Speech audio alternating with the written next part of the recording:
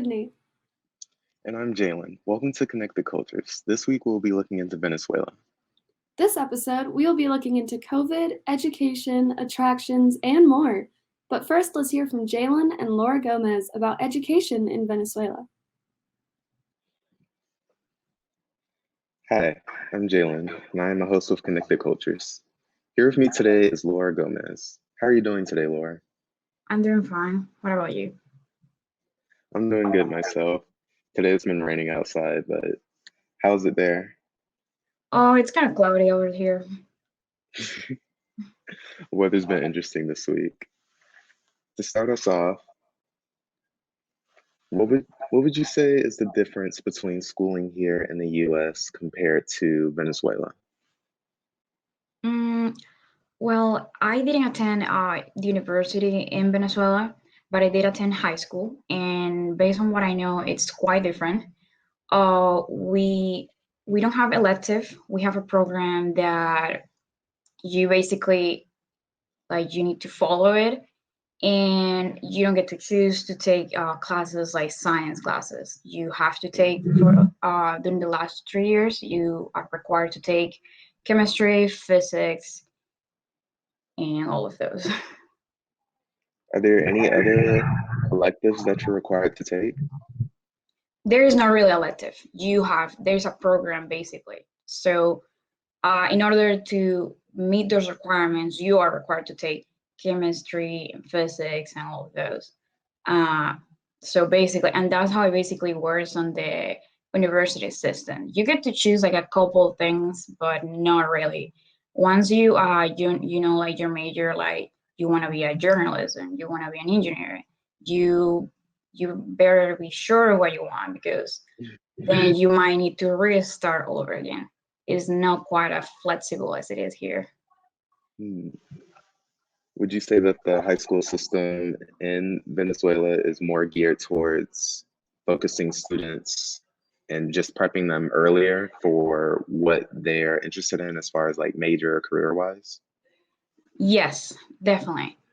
Even though I didn't major anything related to that, and those classes were definitely tough, they definitely helped me to basically to see what I really want to do, and to basically allow you to see the other perspective and just know about it, because it's just you are supposed to just know about those topics.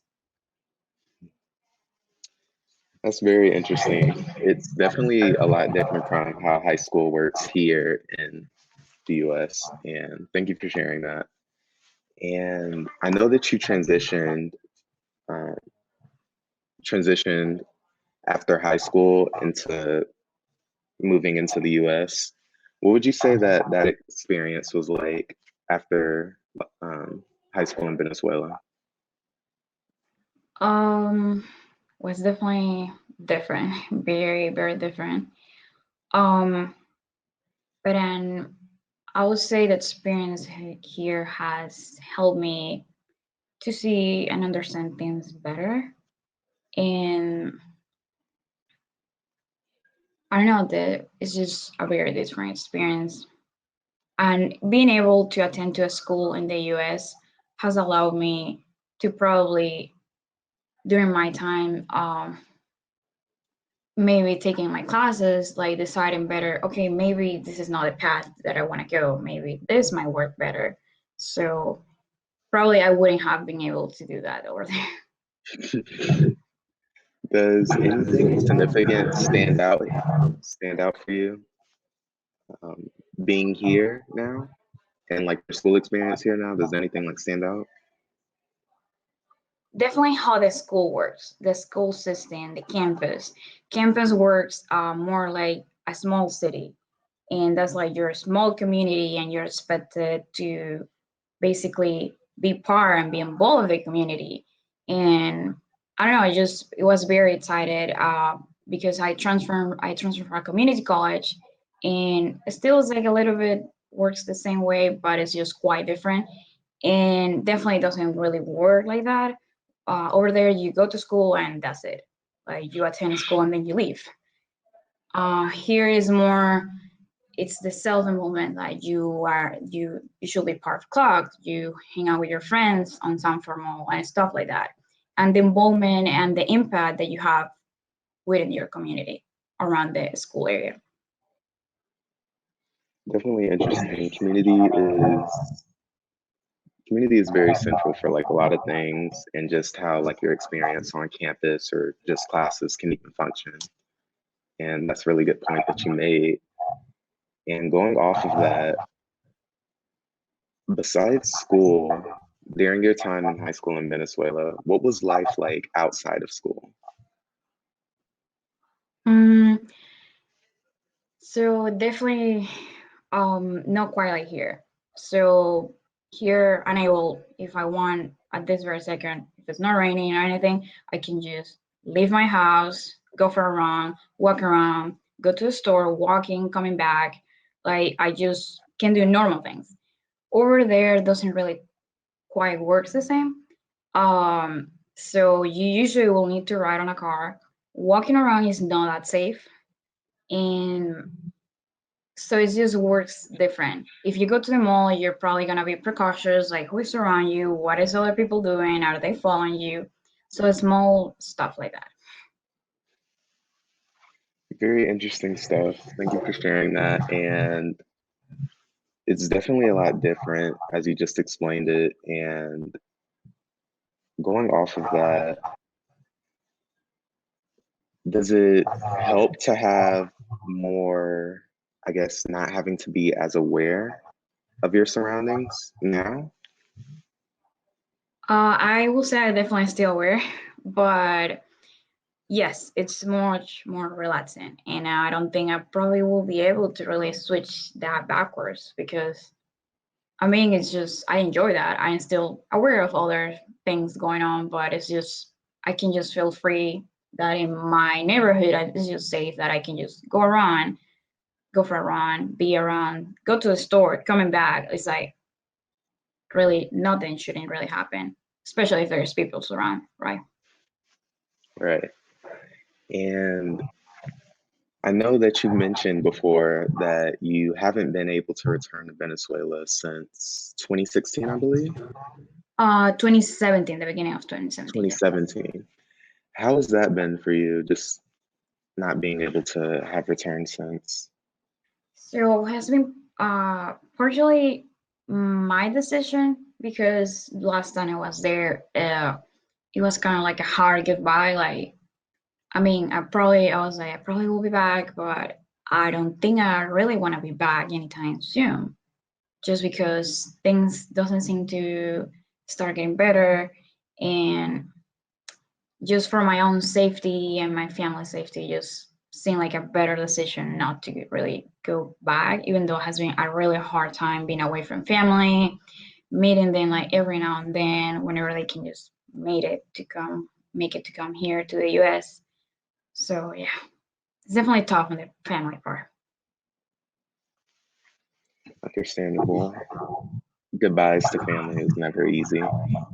And I know that things have been tough for you, and I appreciate all that you've been sharing with me. I really appreciate the openness, and I've been able to learn so much. What would you say Venezuela is best known for as a country? I would say we're best known because we're a country with a lot of oil reserves. We are known for our nature.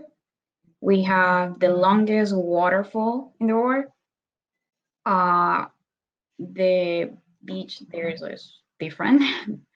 um, it's just beautiful. The weather, it's quite really nice. It's not really humid. It's not really dry. It's just quite perfect. The food is really good too. Gotta love the food.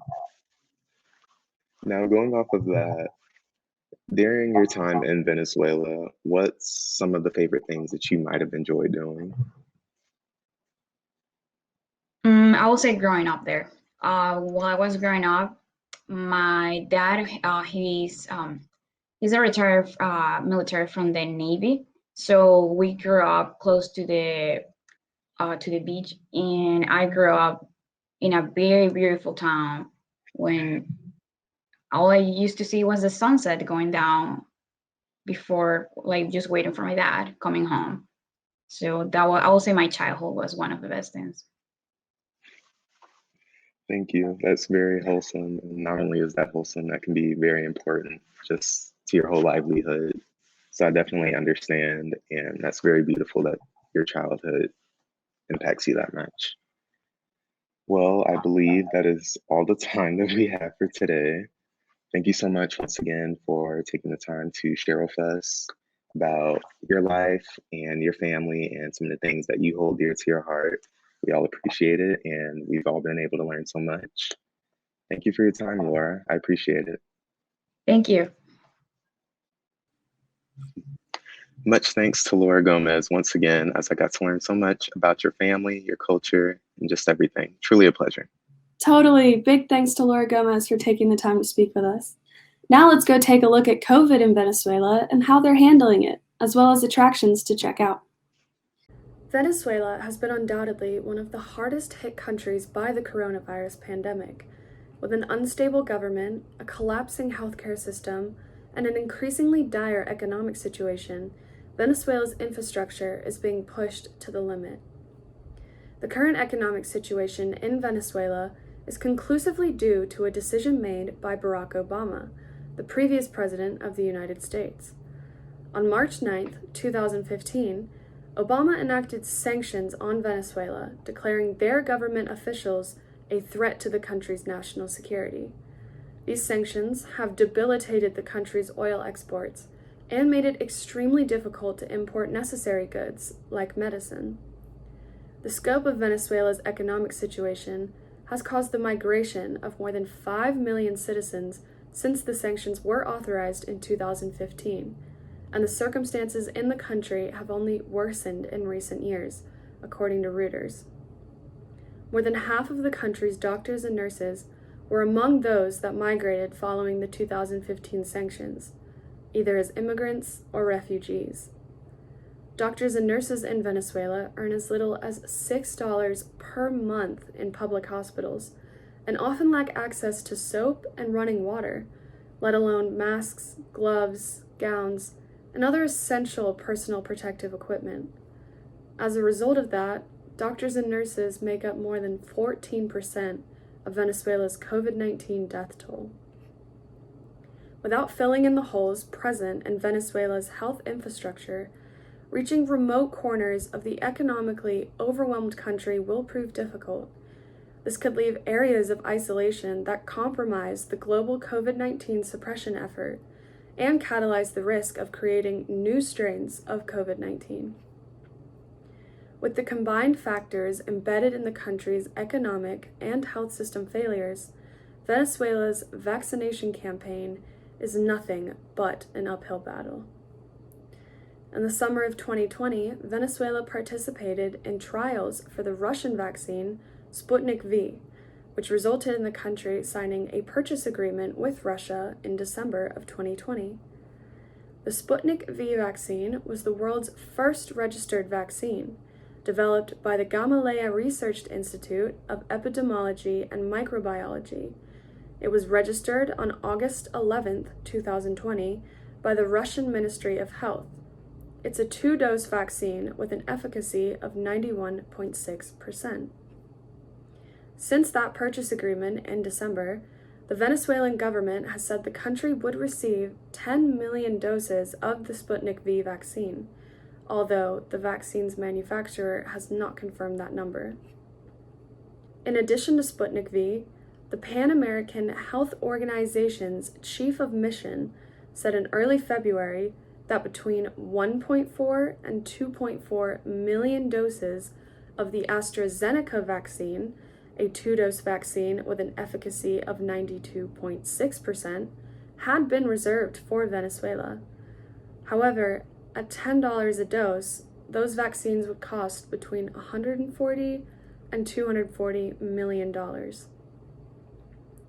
On February 11, 2021, President Nicolas Maduro went on an evening state television appearance and did confirm the government was working on a $300 million deal with the Pan American Health Organization in regard to a vaccine, but did not give any further details.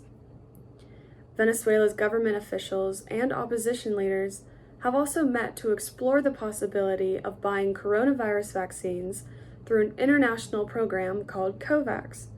With money they have frozen in the US from the economic sanctions given in 2015, but no conclusive deal has been made. On Saturday, February 13th, 2001, the first batch of 100,000 doses of the Russian Sputnik V coronavirus vaccine arrived in Venezuela. In a tweet, President Nicolas Maduro said that medical and health personnel would be the first to receive the vaccine, considering their continual exposure to COVID-19. Following healthcare workers, people identified as vulnerable would be next, and after them would be teachers. On Thursday, February 18th, 2001, less than a week later, President Maduro adhered to his word and frontline healthcare personnel began the process of receiving their coronavirus vaccine. Venezuela hopes to begin vaccinating the general public in April, and Health Minister Carlos Alvarado said officials are pushing to vaccinate 70% of the country's population in 2021 to attain herd immunity. Beaches, waterfalls, and mountains. These are just some of the sights you can see and places you can visit in Venezuela. Venezuela is a South American country that borders the Caribbean Sea. It is located within the tropics but has a variety of different climates. You can find hot and humid climates at lower elevations in towns such as Puerto La Cruz and cooler climates in higher elevations such as Caracas or Los Nevados. Venezuela is broken into 23 different states and is home to over 28 million people. Venezuela is a country filled with natural beauty. This country has 43 national parks. You can hike on different mountains, see beautiful waterfalls, and really explore nature. One of these national parks is the Conaima National Park. This was established back in 1962 and is 12,000 square miles, the sixth largest national park in the world. It is known for its many waterfalls and its tabletop mountains that rise from the flatlands. The Conaima National Park is home to the largest waterfall in the world, known as Angel Falls. This is also known as one of the 7 natural wonders of South America. Here you can also find the Salto Aponwao. This is another waterfall within the park, whose water flow from the Aponwao River and is about 350 feet tall. These are attractions that many tourists and families would frequently visit. Venezuela also has many beaches, a few of which can be found on Margarita Island. This is the largest island of Nueva Esparta and has roughly 420,000 residents. Margarita Island has a coastline that is 198 miles long. One of the most famous beaches on this island is Playa El Agua. This is a beach liked by both tourists and locals. Other beaches within Venezuela include El Supi and the Aracora Beach. Both of these beaches are a part of tourist beach towns that are filled with plenty of restaurants and inns. As you can see, Venezuela has beautiful natural attractions, and this is partially because they are one of the most biodiverse countries in the world. With over 25,000 different orchid species, over 1,500 different bird species, and nearly 350 mammal species, it's not hard to see why. Some of the animals that are endemic to the country include the Amazon river dolphins, giant anteaters, jaguars, and capybaras. Venezuela is a country filled with natural beauty, with Caribbean islands, large mountains, waterfalls, forests, and many other natural attractions. It is a country filled with things to see and explore. Venezuela seems like it would be a good place to visit once COVID is over. I agree. Now let's hear more about current events as well as political leader Hugo Chavez. Thanks. Residents of Venezuela have been adjusting to the pandemic and its effects on education and the schooling system. Venezuela has been experiencing the shift in the way that the education system functions. ever since schools originally closed on March 16th of 2020. According to reports, 8,989,863 Venezuelan students have been affected by school closures. The program known as Each Family is a School was utilized as a response by the Ministry of Education, which had classes broadcasted on TV and radio. Other educational material was made accessible online. However, there are concerns of the country's education system as it has been deteriorating since 2015 due to a humanitarian emergency that had involved lots of refugee children. Due to the country's weaknesses in the education system, as it experiences weaknesses and setbacks during the pandemic, it makes the decision of remote learning harder as it places students in a position to where their rights could be violated. In addition, Pro Da Vinci asked 13 experts in education policy who all agreed that the decision for remote learning is the safest and wisest choice. However, as aforementioned, this option held the danger of placing children in dangerous situations regarding their rights. The plan for schooling and the education system during the pandemic has not only been difficult to navigate, but a brand new challenging experience for most, if not all, teachers. A lot of these challenges have stemmed from unreliable internet access, which makes it difficult to reach out and communicate with families. Since the beginning of the pandemic, Venezuela's United Nations Children's Fund created a response that focused on providing children and families with technical support in order to ensure that those children are still able to learn at home. One of the biggest challenges for schools during the pandemic has been staying in contact with families of students, but things have been made easier by smartphones that have been provided by the United Nations Children's Fund. Even with smartphones having been provided, the schools still encountered the challenge of families and teachers who are not only not used to this type of teaching or interaction, but not used to this being the primary form of communication. Having recognized this, the schools ensured that teachers were able to design a weekly workbook with activities for parents to be able to be involved with their child's learning. In addition to providing technology for students and families, schools have also been providing students with food kits to ensure that they maintain healthy nutrition and that they are all well fed. Recently, the humanitarian crisis in Venezuela made it extremely difficult for schools to stay open, as families have been struggling to find resources or funds to support their children. The issue that most parents have been running into is that they don't have the money or resources to keep their children in school. Some of these resources being school uniforms, supplies, and transportation. It has also been found that a lot of children that migrated without passports or visas have been dropping out of school and exploited through child labor. To counteract this and aid these children, the organization Save the Children is responding to this crisis by setting up and providing resources such as safe places for mobile learning, nutrition supplements, safe water, and vaccines. Hugo Chavez, the former president of Venezuela, has made many institutional changes within the country that has greatly affected the economy and the checks and balances of the government. It wasn't until his death in 2013 that his rule was over, except for a brief period of time in 2002. Before his presidential rule, during his military career, he was dissatisfied with the country's political system. So during the election of 1998, Chavez was the leader of the Fifth Republic movement, a political party that sought to make drastic changes in the government's democratic institutions, going as far as making a new constitution. It later became the United Socialist Party of Venezuela. He made social reforms starting his presidential career with the Bolivarian Revolution, named after a Venezuelan revolutionary leader in the early 19th century. One of his first plans with this new reform was Plan Bolivar 2000. In the first couple months of his presidency, he used around 40,000 Venezuelan soldiers to perform anti-poverty activities, including mass vaccinations and food distribution. However, this plan was claimed to be corrupt as it involved a lot of money, and many involved argued that the significant amount of it had been used to divert it for other uses. After a few years of Chavez's presidency, he was trying to gain control of the oil industry in Venezuela, or PDVSA, and this was in order to create social reform in the government.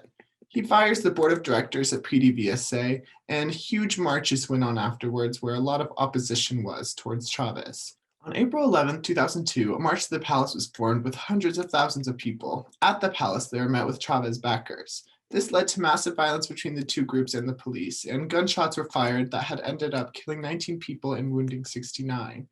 Chavez attempted to get the Venezuelan army involved to help, and that was when the army began to oppose Chavez as well.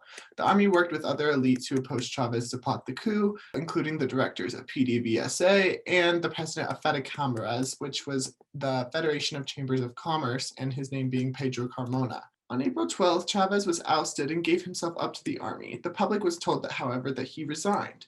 It was then that Carmona claimed power, which went against Venezuela's democratic institution, including the constitution that had just been approved.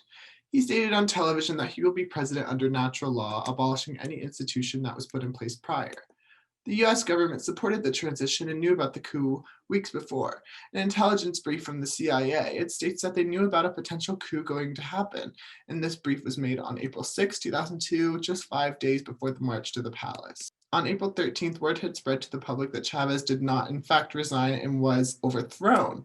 This transition of power led to more protests with supporters of Chavez who felt stripped of their democratic rights now that there was a new president who wasn't even elected. Behind Carmona's back, supporters of Chavez and the Venezuelan army as well took back the palace. After that, Chavez comes back into power within a mere 48 hours of being overthrown, and he continued to be president of Venezuela until 2013 following his death.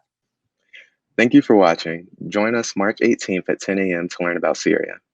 See you next week.